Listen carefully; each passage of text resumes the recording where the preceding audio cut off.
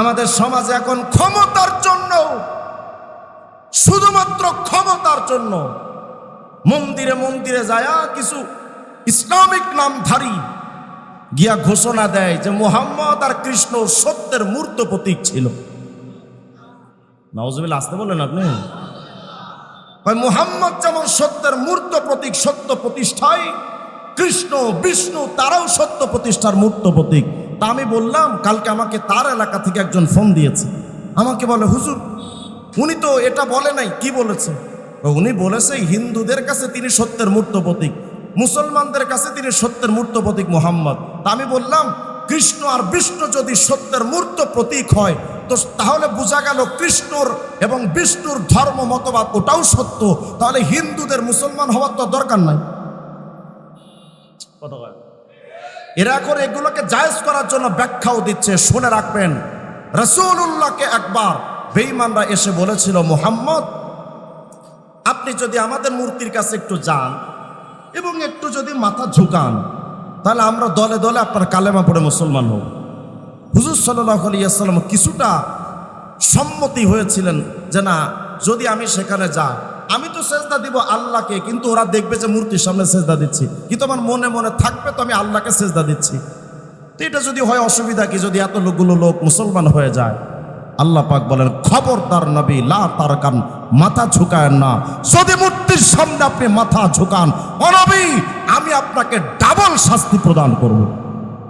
আজকে নিজেরা বিরাট বড় ইসলামের প্রতিনিধি হয়ে মন্দিরে মন্দিরে যে হিন্দুত্ববাদী হিন্দুদের এতটা গুণগান গাওয়া ঈমান হারানোর লক্ষণ। ঈমান থাকে না। এরা আবার এসে বলবে যে আমরা ইসলামের বিরাট বড় দলের লোক। ইসলামটা ইসলামের আদলে চালাতে হবে। ক্ষমতায় দেওয়া নেওয়ার মালিক কে? বলে না কে? তো যিনি ক্ষমতায় দেওয়া নেওয়ার মালিক, আমি ভোট বেশি পাবো কি না পাবো এটা তো আল্লাহর ব্যাপার। আপনার মতো ঈমান থেকে এক বিন্দু পরিমাণ সরে যাওয়ার সুযোগ নাই। ভালো করে মুসলমান মনে রাখবেন, পূজা যখন আসে মুসলমানরা পূজায় যায়।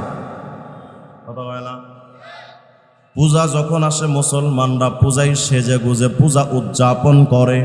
পূজা যখন আসে মুসলমান ব্যবসায়ীরা তাদেরকে অনুদান দেয়।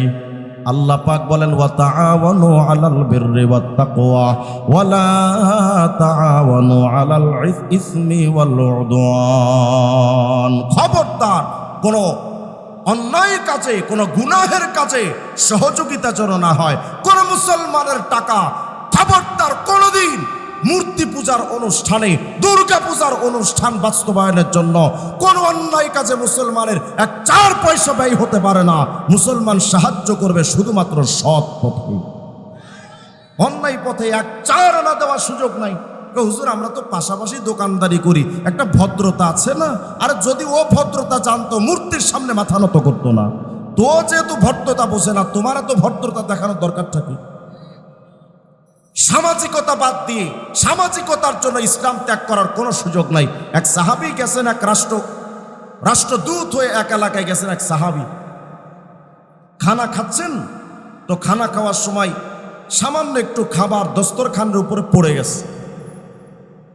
তো ইসলামের নীতি তো হলো যে খানা যদি পড়ে যায় খানা উঠায় খাও। ওই সাহাবী খানাটা উঠায় খাচ্ছেন, পাশের থেকে একজন কয়, আরে আরে হুজুর আপনি কি করেন? কি করি মানে দেখো না, আমার রাসূলের সুন্নাত, পড়ে গেছে খানা উঠিয়ে খাওয়া, এটা তো সুন্নাত। ওই লোকটা বলতেছে, হুজুর জানেন এই রাষ্ট্রে খানা পড়ে গেলে উঠায় খাওয়া এটা অভদ্রতা, এটা অসামাজিকতা, আপনি এটা করতে পারেন না, এটা করলে ইজ্জত থাকে না। ওই সাহাবী বলেছিলেন, এই আতরুকু সুন্নাত হাবিবি লিহাদিহিল হুমাকা, এই নির্বোধ গাধাদের জন্য আমি আমার নবীর সুন্নাত ছেড়ে দিব? সামান্য একটা সুন্নাতের ব্যাপারে সাহাবীদের অবস্থান এত কঠিন ছিল, আর তুমি সামাজিকতা রক্ষা করার জন্য পূজার অনুষ্ঠানে অনুদান দাও, পূজায় গিয়ে তুমি হাজির হও, পূজার অনুষ্ঠানে দাওয়াত দেয় মুসলমান, তুই সেটা গিলিস। আর কুকুরের খাবারটাও হারাম, পূজার খাবারটাও হারাম, কুকুরের খাবারটাও হারাম, পূজার নাড়ুটাও হারাম। তোমার মধ্যে আর কুত্তার মধ্যে তফাৎ থাকে না। বুঝতে শেখেন, আমরা ইসলামওয়ালা, ইমানওয়ালা। আমার ইমান 1 চুল পরিমাণ আমি নষ্ট করতে পারি না বেঈমানদের খুশি করার জন্য।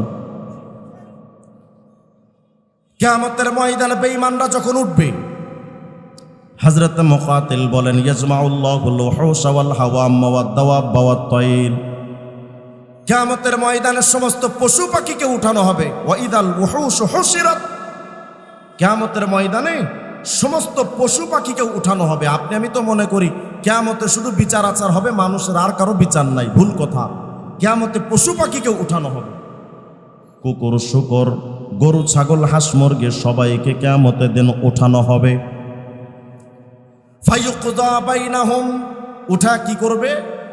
এই পশু পাখিদের মধ্যে এখন একটা বিচার আচার হবে কিয়ামতের ময়দানে। একটু মনোযোগ দেন। পশু পাখির মধ্যে যখন বিচার হবে, হযরত মুকাতিল বলেন হাত্তা ইউক্তাসালিল জাম্মা'i মিনাল কারনা, ওই কিয়ামতের ময়দানে পশু পাখিদের মধ্যে যে বিচার হবে, কি বিচার? পশু পাখিদের তো নামাজের হিসাব নাই, রোজার হিসাব নাই, যাকাতের হিসাব নাই, কিন্তু পশু পাখির মধ্যে একটা হিসাব আছে, জুলুমের হিসাব। ভালো করে বুঝছেন, জুলুম বড় মারাত্মক জিনিস। জুলুমের হিসাব পশু পাখির মধ্যেও হবে। সিংওয়ালা পশুকে আল্লাহ বলবেন দাঁড়া, আর দুর্বল রুগ্ন পশুকে আল্লাহ বলবেন এই তুমিও দাঁড়াও। একদিকে শক্তিশালী সিংওয়ালা পশু দাঁড়াবে, আর একদিকে দুর্বল রুগ্ন পশুটা দাঁড়াবে। আল্লাহ রুগ্ন দুর্বলকে বলবেন এই দুনিয়াতে যে তোমরা পাশাপাশি থাকতে, দেখো তো এর চিনো? কহ আল্লাহ চিনো, আমার পাশেই থাকতো। আচ্ছা বলো তো, এই সিংওয়ালা শক্তিশালী পশুটা তোমারে কয়টা গুতা মারছিল? কও। পশুটা বলবে আল্লাহ মোটামুটি 300 বার মারছে।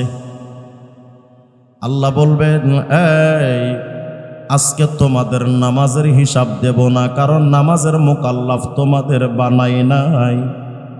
হজ যাকাতের হিসাব নেব না, কারণ তোমাদের উপরে হজ যাকাতের বিধানটা চাপাই নাই। কিন্তু রে আমার সৃষ্টির শোন, তোমাদের মধ্যে আজকে একটা বিচার হবে, জুলুমের হিসাব। তোমার উপরে কয়বার জুলুম করছে? এই তোর উপর কয়বার জুলুম করছিলি? আল্লাহ একবারও করি নাই। আল্লাহ বলবেন তুই কক? আল্লাহ 300 বার গুতা মারছে আমারে। আল্লাহ বলবেন পশুরে আজকে তুই শক্তিশালী হয়ে যা, আর শক্তিশালী তুই আজকে মুহূর্তের মধ্যে দুর্বল হয়ে যা।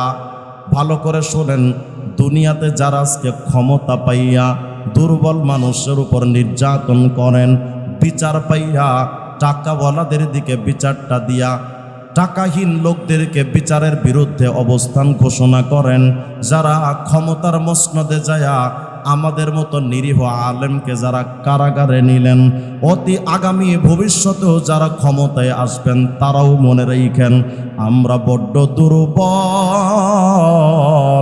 হয়তো আপনাদের বন্দুকের নলের সামনে দাঁড়ানোর ক্ষমতা আমাদের নাই, আপনাদের পিস্তলের সামনে গিয়া যুদ্ধ করার ক্ষমতা আমাদের নাই। তবে আল্লাহ পাকের কসম, ক্ষমতার মসনদ পাইয়া জুলুম যে আজকে করো, কিয়ামতের ময়দানে বিচার হবে।